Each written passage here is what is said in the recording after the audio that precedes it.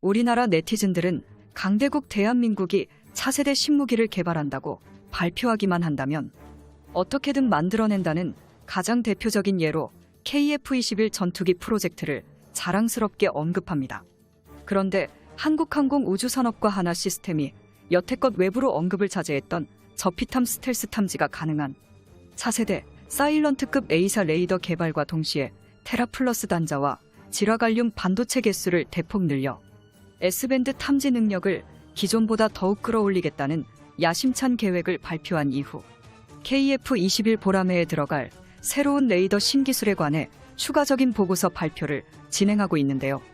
그런데 최신형 레이더 사진을 본 한국 네티즌들은 레이더에 쓰여있는 문구에 자신들의 눈을 의심했습니다. 차세대 A사 레이더의 코드명에는 한국산 사일런트 A사라는 의미심장한 문구가 적혀 있었던 것입니다.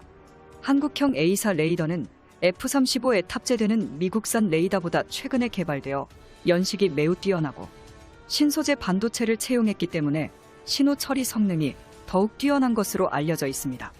레이더 신화 처리 컴퓨터는 국내 업체인 인텔릭스사에서 개발되었으며 신호 처리 성능은 25테라 플러스입니다.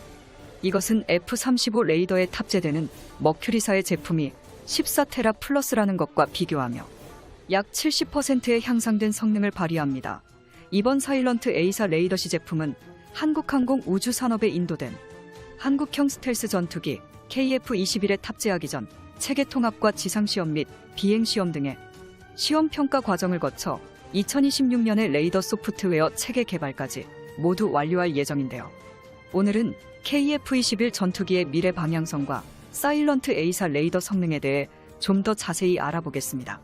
현재 시험용 군용기에 부착한 사일런트 A사 레이더의 시험이 완벽하게 성공했다는 사실이 한국 언론을 통해 순식간에 퍼졌고, 이에 기다리듯 방위사업청 관계자는 KF-21 보라매 개발 현안에 관한 새로운 방안을 발표했습니다. 최근 방위사업청 관계자는 기자들이 모인 자리에선 KF-21 개발 현황과 관련하여 기존 계획대로 7호기까지 출고 직전이며 20차 비행이 끝난 이후론 복좌기 형태인 8호기와 9호기가 출고될 것이라 언급했는데요. 특히 다음 세대 7, 8호기 기체는 복좌 조종석 기체로서 여러 가지 성능 개량 형태라고 밝혔습니다.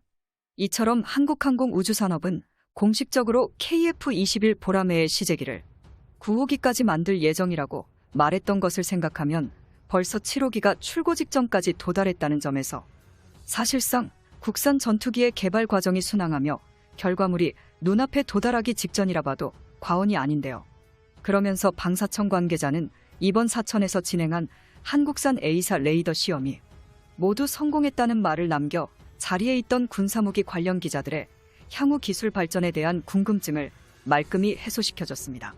KF-21의 핵심 장비인 A사 레이더는 한국형 스텔스 전투기의 최첨단 눈에 대항하는 것으로 A사 레이더의 시제품이 최근 출고됐으며 성능 평가를 위해 항공기에 부착하여 테스트를 진행했다는 게 방사청 관계자의 설명입니다. 그동안 A사 레이더는 해외 기술 이전이 불가능해 국내 독자 개발이 불가능할 것이라는 우려가 많았던 것을 생각하면 대한민국의 방산 기술력은 전 세계적으로 유례를 찾아보기 힘든 개발 속도라고 할 수 있겠는데요. 한국형 A사 레이더는 천의 송수신 모듈을 독립적으로 작동해 목표를 실시간으로 탐지해 추적할 수 있는 5세대급 시스템을 갖추고 있으며 미사일 여러 개를 동시에 탐지해 추적할 수 있는 혁신적 개념의 A사 레이더입니다. 이에 대해 몇몇 중국 전문가들도 역시 한국의 잠재성을 두려워하며 한국형 A사 레이더가 미국 전투기 F-35에 탑재된 레이더보다 연식 부분과 성능 면에서 더욱 뛰어나다고 설명하고 있는데요. 실제로 중국의 국영언론 전문가들은 KF-21 보라매를 항상 5세대 전투기로 칭하고 있는데, 이것은 한국형 A사 레이더의 결정적인 성능 때문에 이러한 행태를 보이는 것으로 추측됩니다. 중국 전문가들은 한국의 5세대 전투기에 국산 A다를 탑재하였으며 한국형 A사 레이더의 200km에 가까운 탐지거리는 F-35의 지표에 근접한다고 설명하고 있습니다. 그러면서 한화가 공개한 데이터를 보면 기능적으로 세계 최고 수준의 레이더로 거듭날 수 있을 정도라고 말하고 있는데요. 이는 KF-21 블록1 보라매의 부족한 스텔스 능력을 강력한 레이더를 통해 보완해 다른 5세대 전투기와의 격차를 확연하게 줄일 계획인 것 같다고 말하며 한국형 A사 레이더에 대해 굉장히 호평을 내놓고 있습니다. 또한 중국 전문가는 이것 때문에 한국형 A사 레이더가 세간의 이목을 집중시켰으며 미래에는 한국이 개발한 레이더가 모든 전투기와 군함에 탑재되어 대량 수출될 가능성이 높다고 평가하고 있습니다. 이에 미국의 록히드 마틴이 기술 이전을 거부했다는 이유도 바로 여기에 있을 것이라고 예측을 내놓았습니다.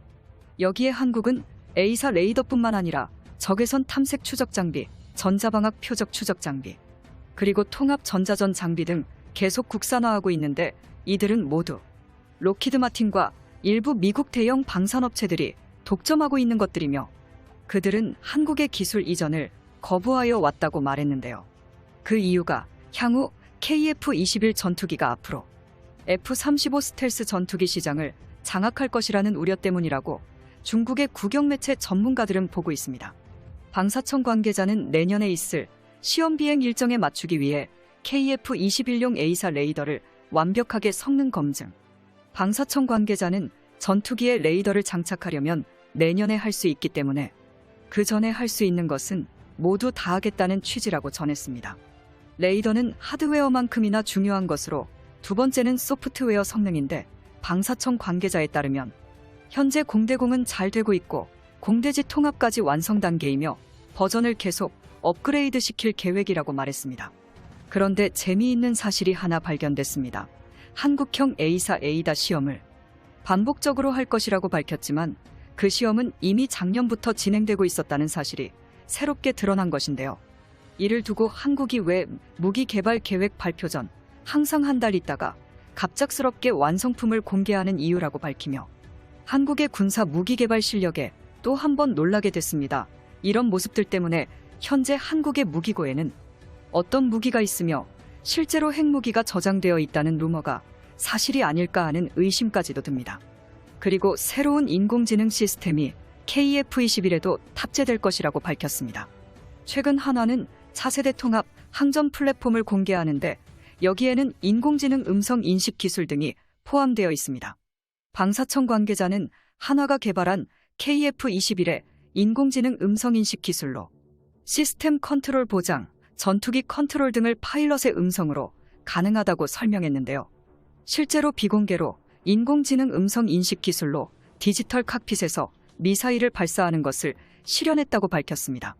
이는 독도와 이어도 등의 한반도에서 멀리 떨어진 우리 영토에 공중 초계 임무도 가능해졌다는 것을 의미하기 때문에 이런 것을 보면 한국의 발전 가능성은 그 끝을 알 수 없을 정도인데요. 항상 발전하는 한국의 박수를 보내며 멈추지 않고 더욱더 성장해 완벽한 자주국방을 이루길 바랍니다. 우리나라 방사청과 한국항공우주산업의 피땀 어린 노력이 비로소 결실을 맺고 있습니다. 영상의 출처는 대구구려제국, 구독과 알림 설정, 다음에 또 만나요.